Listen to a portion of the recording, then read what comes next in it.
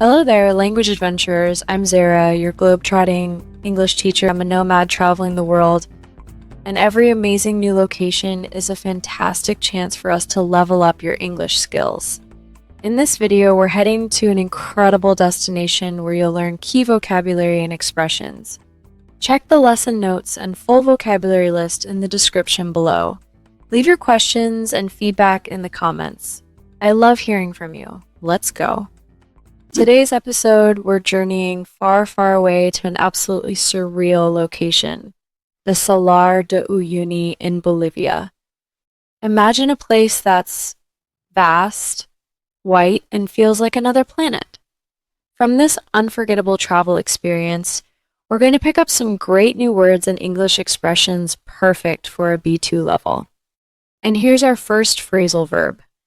To pick up in this context means to acquire or learn something, usually informally. So we're going to acquire new vocabulary and expressions. Let's dive in. My journey to the Salar de Uyuni began with a very early morning flight. The Salar de Uyuni is the world's largest salt flat located in the Altiplano region of the Andes Mountains in southwestern Bolivia. The word flat indicates that the area has a level or plain surface. In this case, it means it's a salt plain. I had read that the Salar is the world's largest salt flat, a massive expanse that was once a prehistoric lake. I used the word expanse. Expanse is a noun that means a wide, continuous area of something. Think of it as a huge, unbroken surface.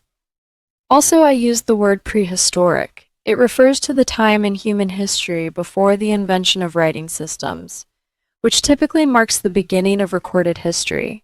Before I left for the tour, the guide had warned me about the temperature swings. He said that the weather could change at the drop of a hat. This is so much fun. At the drop of a hat is an idiom, and it means immediately, without delay or good reason. The guide alerted me to be prepared to pack up quickly. Pack up is a phrasal verb, and to pack up means to gather and put away belongings.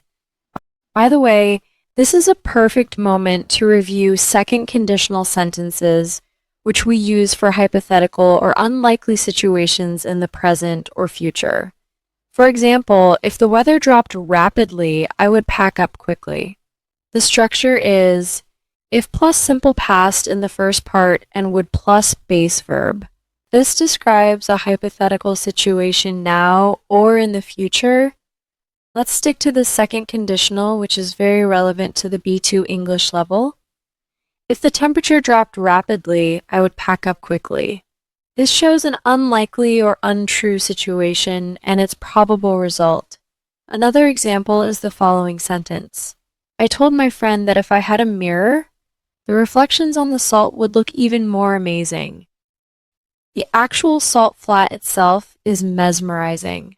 The word mesmerizing is an adjective used to describe something that is so beautiful, fascinating, or intense that it captures and holds all of your attention, almost as if you are hypnotized. During the dry season, the salt flat is a bright, blinding white, and in the rainy season, a thin layer of water turns it into the world's largest natural mirror. The phrasal verb turn something into means to transform or convert something from one state or form to another. So during the dry season, the salt flat shines a lot with an intense white color. It is almost impossible to look at it. When rain falls, a little bit of water changes it into a natural mirror. The optical illusions you can create there are simply spectacular. The expression optical illusions refers to images or visual effects that deceive your eyes and brain, making you perceive something that is not actually there or see it differently from how it truly exists. This is because of the natural mirror. When we were driving across the flats, our driver mentioned the tough conditions locals often put up with. To put up with is a common phrasal verb meaning to tolerate or endure something unpleasant. I asked him if it was difficult to put up with the extreme cold at night. He replied that they had grown accustomed to it over the years.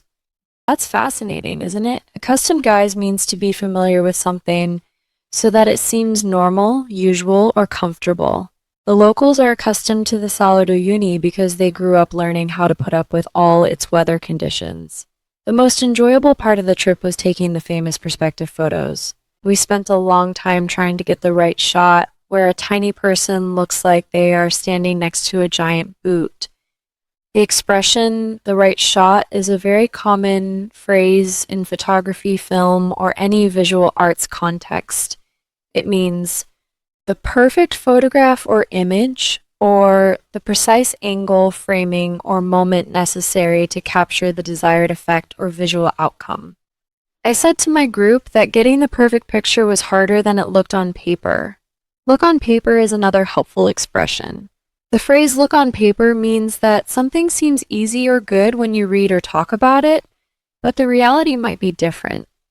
I said to the guide that the instructions for the photos looked on paper like they would take 5 minutes, but in reality they took much longer. We drove away from the main tourist spots to see some surrounding volcanoes. Drove is the simple past of the verb drive, and drive away means to leave a place in a vehicle, referring to the act of getting into a car or other vehicle and departing. Later, I was telling a fellow traveler about my day. I told her the driver had said the best time to visit was during the transition between the seasons. Remember, when we use reported speech, sometimes called indirect speech, we often move the tense back example is becomes was, will becomes would, have done becomes had done. This is called back shifting. For example, the guide told us that the salt was incredibly thick, not that the salt is incredibly thick. We also use verbs like said, told, explained, or mentioned to report what someone else said. What an absolutely breathtaking place, right? The word breathtaking is an adjective, and it means so beautiful, surprising, or impressive that it takes your breath away, figuratively speaking, of course. It is a very strong adjective used to emphasize how stunning or amazing something is. The Salar de Uyuni certainly taught me many lessons, and best of all, we learned a lot of B2 English while uncovering the geological secrets of the Bolivian High Plateau. Alright, it's over to you. What did you think of our incredible trip? Have you seen a breathtaking view like this one? Let me know in the comments below. Practice using one of the new words we learned today.